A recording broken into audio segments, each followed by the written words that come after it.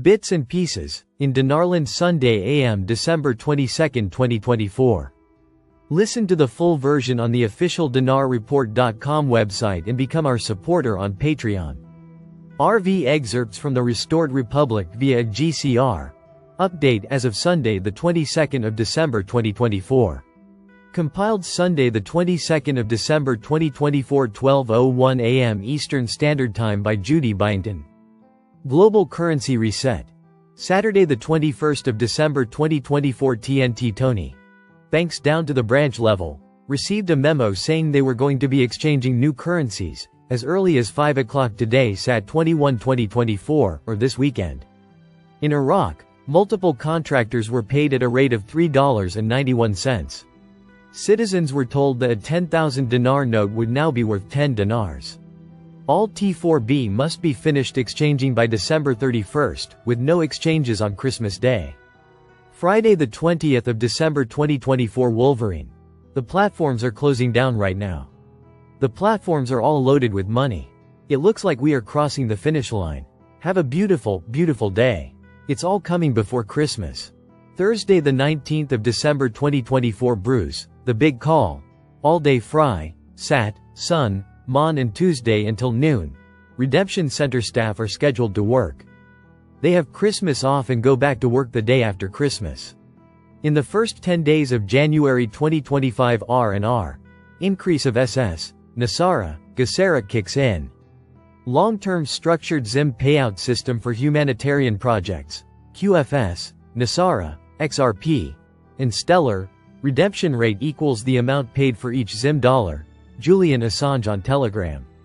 Alert! The quantum financial revolution is here. The structured payout system stands as the cornerstone of the quantum financial system, QFS, offering a transformative approach to managing redemption funds. This intricate system ensures secure, long-term cash flow for humanitarian projects while dismantling the control of traditional banking systems. The redemption rate determines the value of your ZIM dollar bonds during the appointment, activating digital gold certificates in the QFS. This process guarantees that your funds are protected and utilized for humanitarian efforts over a term of your choosing, whether 10, 25, 50, 100 years, or beyond, as approved during your redemption appointment. At the heart of this system lies the distinction between the primary principal, which calculates the redemption's total value, and the secondary principal, which is the actual amount deposited in your QFS account. Payments are structured as a percentage of the primary principal, typically 10% annually, providing consistent funds for your projects. Immediate access to these funds, without waiting periods or external restrictions, ensures flexibility and control. Administered by the Alliance, these funds are safeguarded, securing your financial future against manipulation. The quantum financial system, QFS, is nothing short of a revolution. Built to overthrow the cabal's stranglehold on global finance, it leverages quantum computing and artificial intelligence to create a decentralized, asset-backed economy. Unlike traditional systems that rely on fiat currencies and central bank policies, the QFS operates on tangible assets like gold, platinum, and oil. Real-time fraud detection powered by quantum technology ensures transparency and security, enabling swift action against any attempted manipulation.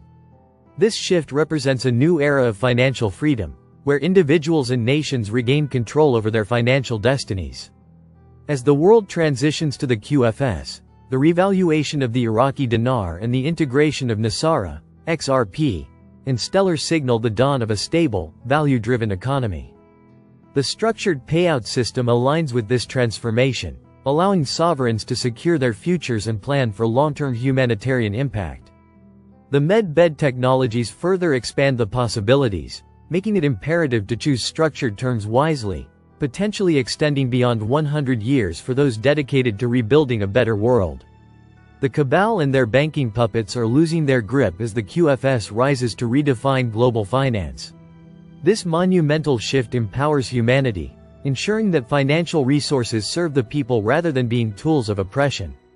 The structured payout system and the QFS are instruments of liberation, giving sovereigns the ability to plan, budget, and execute projects that will shape the next century. Now is the time to embrace this transformation, setting aside disinformation and focusing on the truths provided by the Alliance. Humanitarians, the future is bright, and the tools for change are within your grasp. MNT GOAT. We are almost there. According to my CBI contact, the new elected U.S. administration is now working with Iraq and has contacted Iraq, and so this is also very good news at this time. We must be patient and let the process play out. The process does not change, only some events along the way to get there in Dr. Shabibi's plan to reinstate. There is one more step to the de-dollarization process. And that is to get off the sole de facto peg to the US dollar. This step must take place, and soon, very soon. There is no longer a need for it. It's time to bring the Iraqi dinar to the forefront. Militiaman, the writing is on the wall. Iraq's going to the private sector, and we have to see where the pipeline's going to get started again, the oil. Salary is going to get localized. They're going to need an exchange rate to take care of all those things. All those contracts, they're going to need evaluation of the country's true effective exchange rate. We're seeing it all right now in real time. Will it happen in the next few days? Not sure, but we're sure looking at some powerful information that we haven't seen before. 10 currencies we are watching, updates and exchange rates. Adu Matrix. December 22, 2024. 10 currencies we are watching, updates and exchange rates. In this video from the Adu Matrix channel, we dive into the latest exchange rates and currencies to watch as of December 20th. Discover how the Vietnamese dong, VND, Haitian gourd, HTG, Iraqi dinar, IQD, and Argentine peso, ARS, are performing against the USD. We'll also highlight the Brazilian real, BRL, Colombian peso, COP, and the rising prices of gold, along with Bitcoin's recent volatility. Learn about Turkey's fluctuating lira, TRY, and the challenges surrounding the BRICS currency plans. Listen to the full version on the official dinarreport.com website and become our supporter on Patreon. Source: dinarrecaps.com. The ultimate goal of strengthening the industrial sector is to create job opportunities for youth and job seekers, and if the initiative does not achieve this goal, its benefit will be limited. 3. Relying on energy alternatives. Energy costs are considered one of the biggest challenges facing the local industry in Iraq, as they directly affect the competitiveness of products. Therefore, projects that rely on alternative energy sources such as solar energy and other clean energy should be encouraged. Although investment in these alternatives may be high initially, in the long term it can reduce production costs and improve the competitiveness of local products. 4. Encouraging exports. Most industrial projects in Iraq focus on the large local market, but it is necessary to direct part of production towards export. Iraq enjoys a strategic location that allows it to benefit from the large volume of trade exchange between the Gulf countries and Turkey, which exceeds $20 billion annually. Iraq can also benefit from its geographical proximity to Europe and Asia to reduce logistical costs and expand the target market base. Projects that allocate part of their production to export should receive priority funding. 5. Localization of industries and technical knowledge. The initiative should seek to encourage the localization of global industries within Iraq, especially in the areas of electronic devices and cars. Attracting international companies to work inside Iraq will not only strengthen the local industry, but will contribute to the transfer of technical knowledge and encourage foreign direct investment. Projects targeting the localization of major industries deserve top priority and funding. 6. Additional factors for evaluation. Future expansion plans for the project. The extent of women's empowerment in the project. Environmental impact and waste handling mechanisms. The location of the project and the extent of its impact on the geographical distribution of development. He stressed initiative implementation mechanism.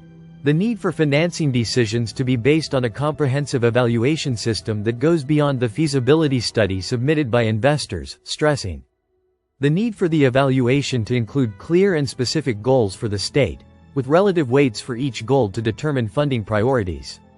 Al-Obeidi pointed out, this system ensures that funding is directed towards projects that achieve the highest added value to the national economy.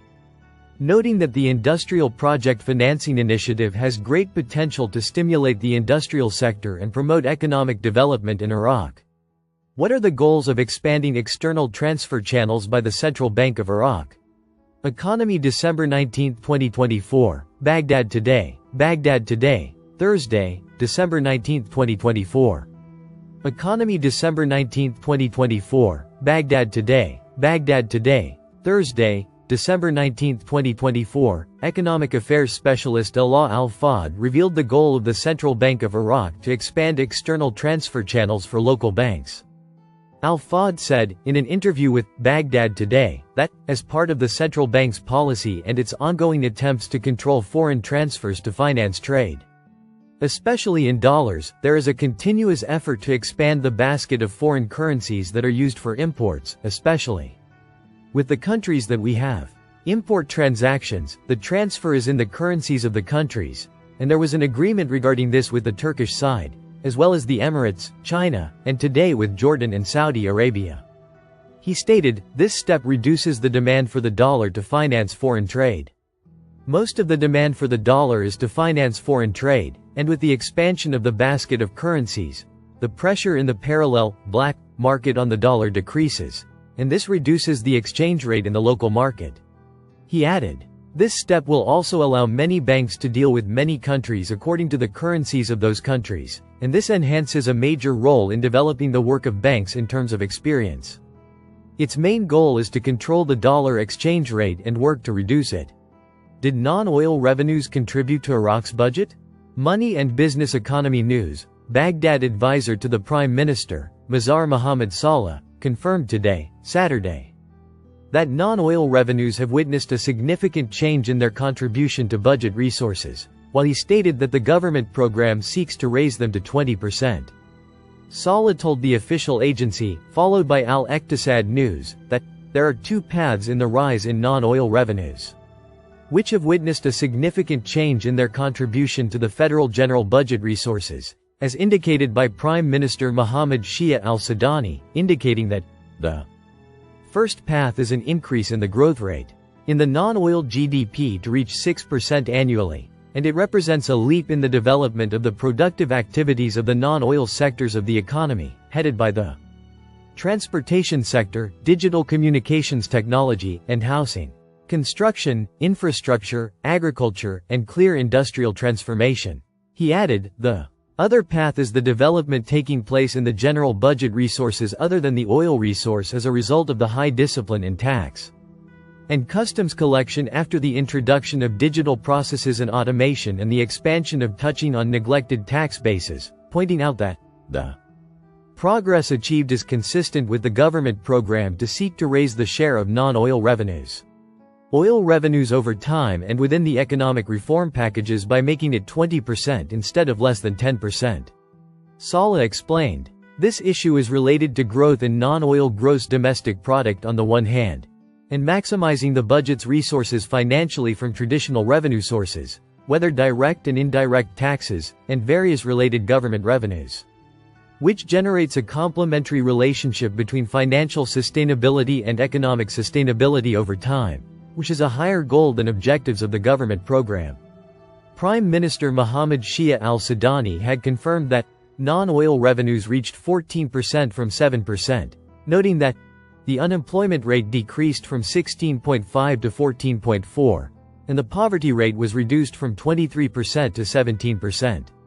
Listen to the full version on the official dinarreport.com website and become our supporter on Patreon. Source: dinarrecaps.com